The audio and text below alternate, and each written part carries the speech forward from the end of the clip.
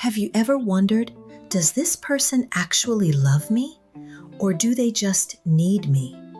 If that question just made your stomach drop, this video is for you, because there is a difference, a profound, life-changing difference, and most people spend years, sometimes their entire lives, confusing the two. Today, we are going to talk about one of the most painful relationship traps that most people never see coming: how to know if someone truly loves you or simply needs you. The book that inspired today's conversation is The 5 Love Languages by Dr. Gary Chapman, one of the most widely read relationship books of all time.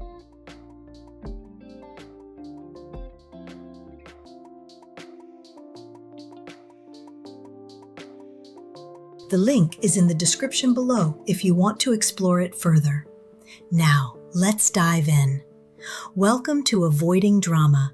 I'm Carmen, and this is a conversation that is long overdue. Let's start. Let me start with something that one of the greatest psychological minds of the 20th century observed, and that most people have never heard. Abraham Maslow, the same psychologist famous for his hierarchy of needs, described 2 fundamentally different types of love. He called them D-love and B-love. D-love, deficiency love. This is love that comes from a place of emptiness, of need, of desperation. The person who loves you with D-love doesn't love you. They love what you give them: the security, the validation, the comfort, the financial stability, the emotional support. And here is the painful truth about D-love. The moment the need is filled, or the moment someone else can fill it better, the love disappears, because it was never really about you. B-love, being love. This is love that comes from abundance, from genuine admiration, from choosing you, not because they need you, but because life is simply better with you in it. B-love doesn't drain you. It doesn't exhaust you. It doesn't leave you feeling like you're constantly performing or providing to keep someone interested. B-love sees you on your worst day and stays anyway. Now, I want to ask you something deeply personal. Think about the most significant relationship in your life right now, or the one that hurt you most.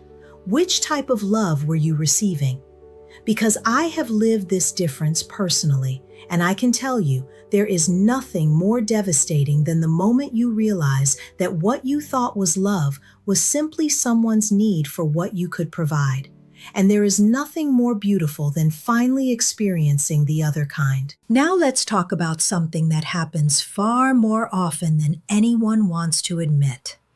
And I'm going to speak about this with complete honesty, because I have seen it. I have lived close to it, and I nearly fell into this trap myself. Let's talk about economic need and how it disguises itself as love.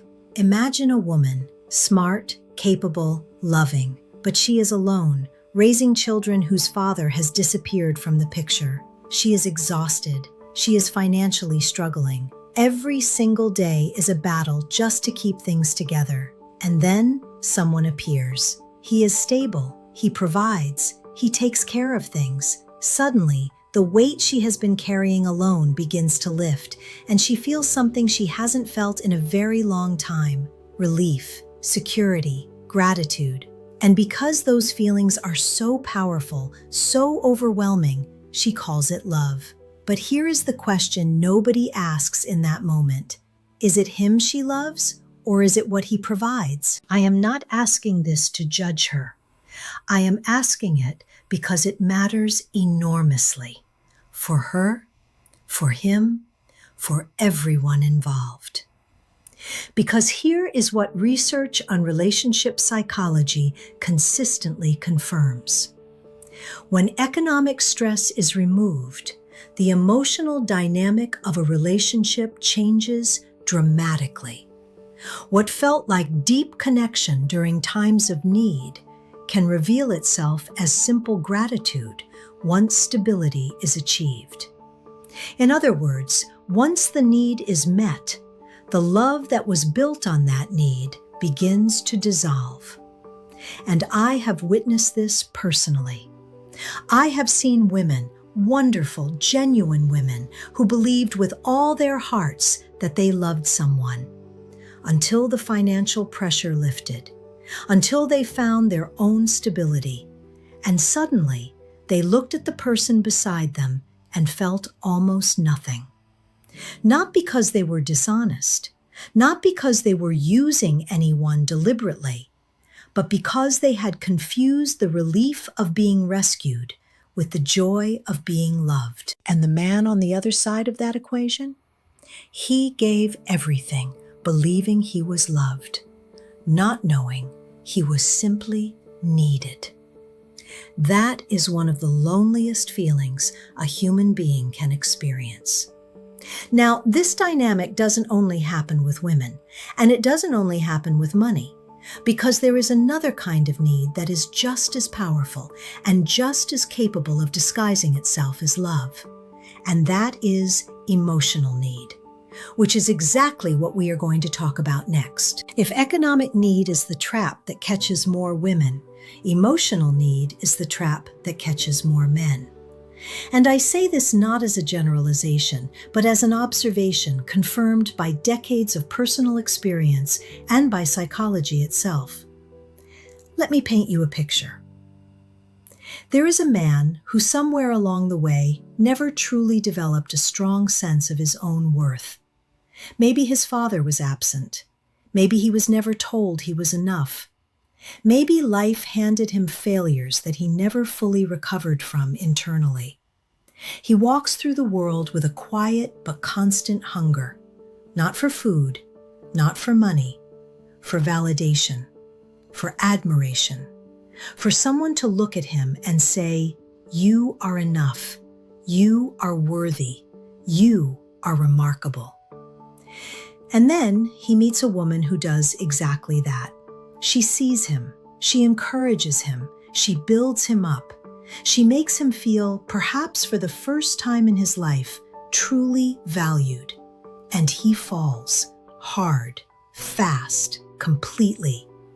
He calls it love. And maybe, in his experience, it genuinely feels like love, the most powerful thing he has ever felt.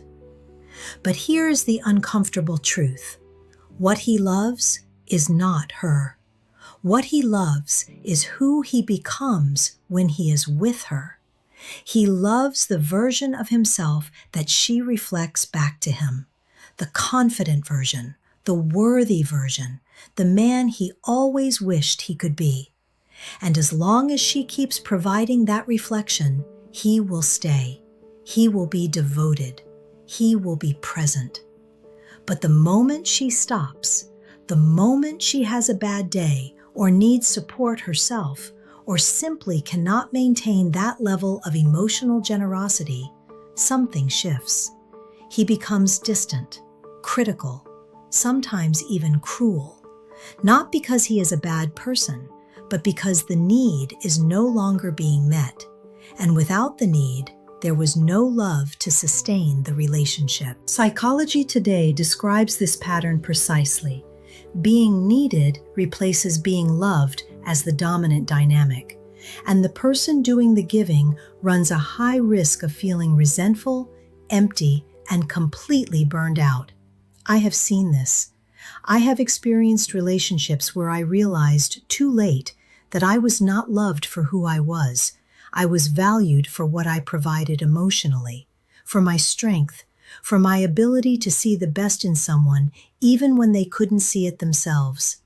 And the moment I needed that same energy returned, it simply wasn't there, because it had never been that kind of relationship. It had been a transaction dressed up as love. And here is what makes this particular trap so devastating. The person with the poor ego, the person driven by emotional need, is often completely unaware of what they are doing. They are not manipulating consciously.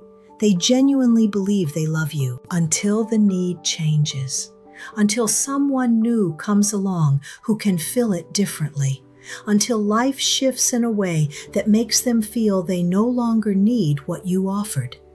And then, without warning, you are alone, wondering what happened to the person who once said you were their entire world.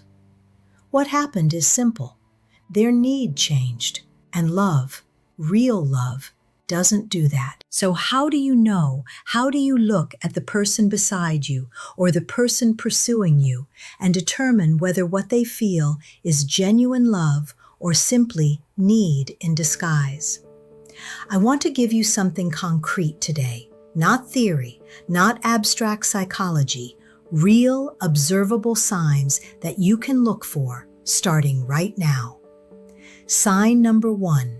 How do they treat you when you have nothing to offer? This is the most revealing test of all.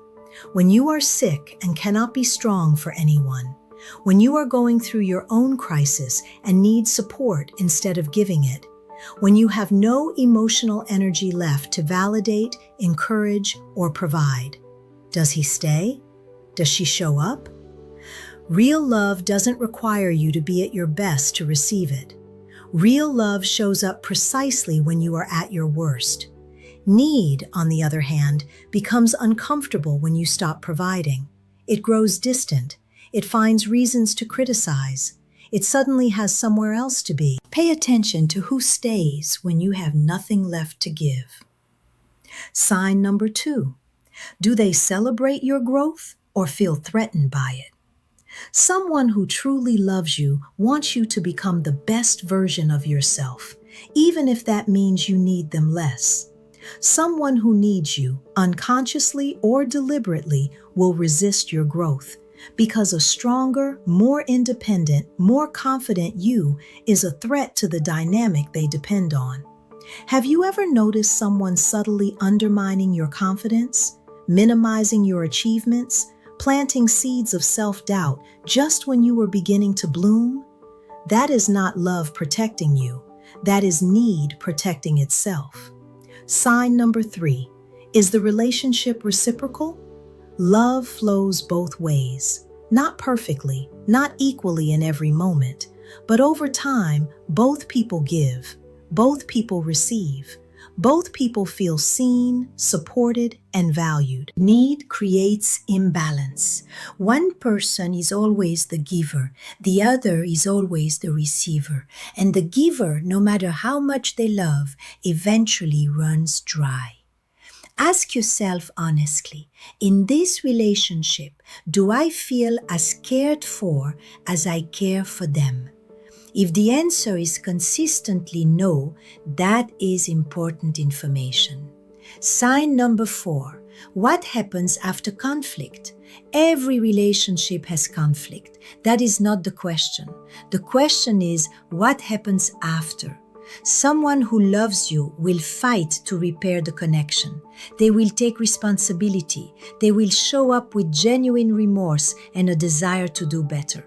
Someone who merely needs you will either disappear until the storm passes or use conflict as leverage, as punishment, as a way to remind you of what you stand to lose if you don't comply. Pay attention to how someone behaves in the aftermath of disagreement. That is where character lives. Sign number 5. Can they imagine your happiness without them? This one is subtle but extraordinarily revealing. Ask yourself, does this person genuinely want me to be happy? Even if my happiness doesn't always revolve around them. Someone who loves you can hold space for your joy even when it has nothing to do with them. Your friendships, your passions, your independence, your dreams.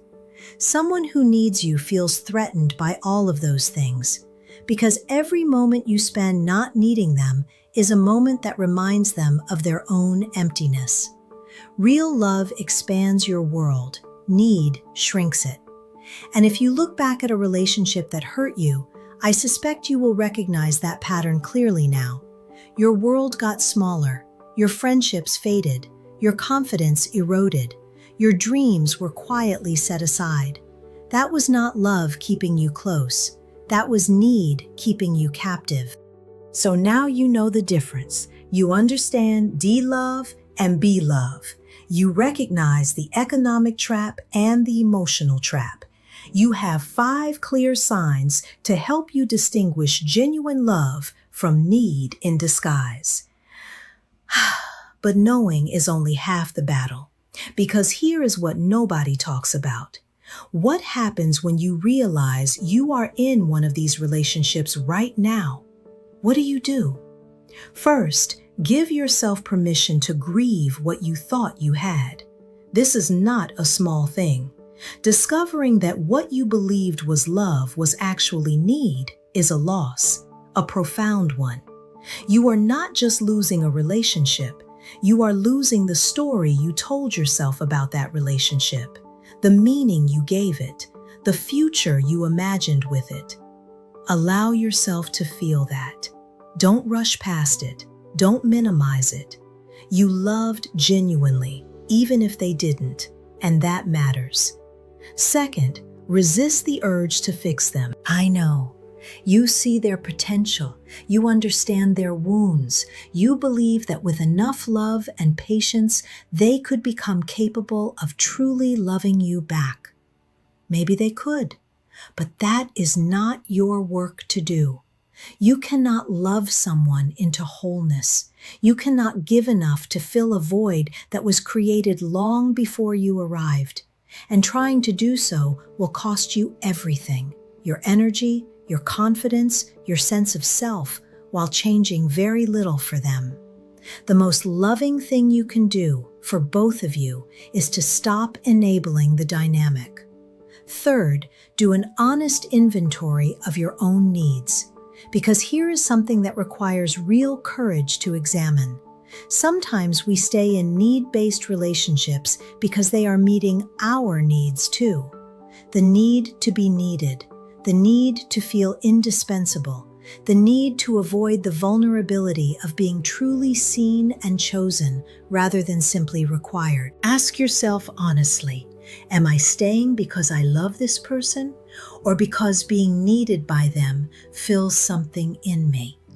There is no judgment in that question, only truth, and truth is where healing begins. Fourth, set a new standard. Decide clearly and deliberately what real love looks like for you. Not the fairy tale version, not the Hollywood version, the real version. The version that shows up on hard days, the version that celebrates your growth, the version that gives as much as it receives, the version that chooses you freely, consistently, and without conditions. Write it down if you need to. Make it real, make it specific, and then honor it. Even when loneliness makes compromise tempting, even when someone charming and needy comes along and mistakes your strength for a solution to their emptiness, you deserve to be loved, not needed, loved. Before I share the most important point of this entire video, I want to tell you about something very special that I have created for those of you who want to be more than just viewers. I want to invite you to become part of the Avoiding Drama inner community on Patreon. Here is what that means. For just $5 a month, less than a cup of coffee, you become what I call a topic chooser. And here is why that matters. Every month, you get to vote on which topics we explore together here on Avoiding Drama. The conversations that matter most to you. Your questions and the answers you have been waiting for. Your voice literally shapes this channel. But there is something else that I find particularly meaningful. Every time a topic that was chosen by our Patreon community becomes a video, your first name and last initial will be credited during that video. Not in small print at the end, during the conversation itself. Because you are not just a viewer to me, you are part of this. You helped create it. You deserve it. This community is for people who believe that honest, real conversations about relationships and life actually matter, who want more than content, they want connection. If that is you, the link to join our Patreon community is in the description below. I would love to have you there. And if you are not yet subscribed to Avoiding Drama, please do it right now. Hit that subscribe button and the notification bell so you never miss a conversation that could change the way you see yourself, your relationships, and the people in your life. Every week, I bring you real talk about real life, and I promise you, the best is yet to come. And now, the most important point of this entire video. I promised you at the beginning of this video that the most important point was waiting for you at the end. Here it is. Everything we have talked about today, D-love and B-love, economic need, emotional need, the 5 signs, how to break free, all of it points to one central truth that I want you to carry with you long after this video ends. You cannot receive love you don't believe you deserve. Read that again, because here is what I have observed in my own life and in the lives of countless people I have known. The reason so many of us end up in need-based relationships is not because genuine love doesn't exist. It is because somewhere along the way, we stopped believing we were worthy of it. We accepted need because need felt safer than love, because love requires vulnerability. Love requires being truly seen. Love requires trusting someone with the real you, not the strong you, not the capable you, not the one who has everything together, the real you, with all your fears and failures and imperfections. And that is terrifying. So we settled. We accepted someone who needed us because being needed felt close enough to being loved, because it gave us purpose, because it asked less of us than true intimacy would. But you were not put on this earth to be someone's solution.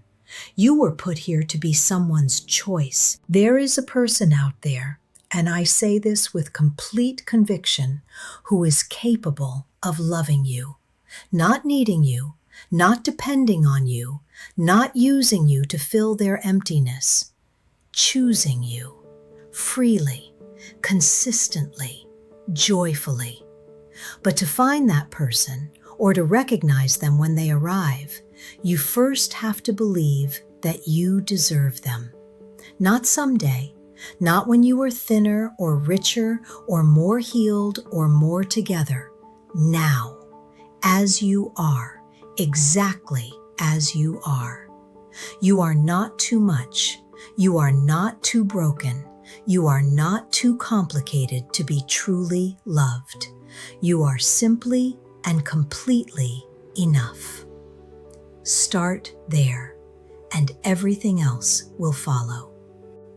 If today's conversation touched something real in you, please share this video with someone who needs to hear it. You might never know whose life you change by doing so.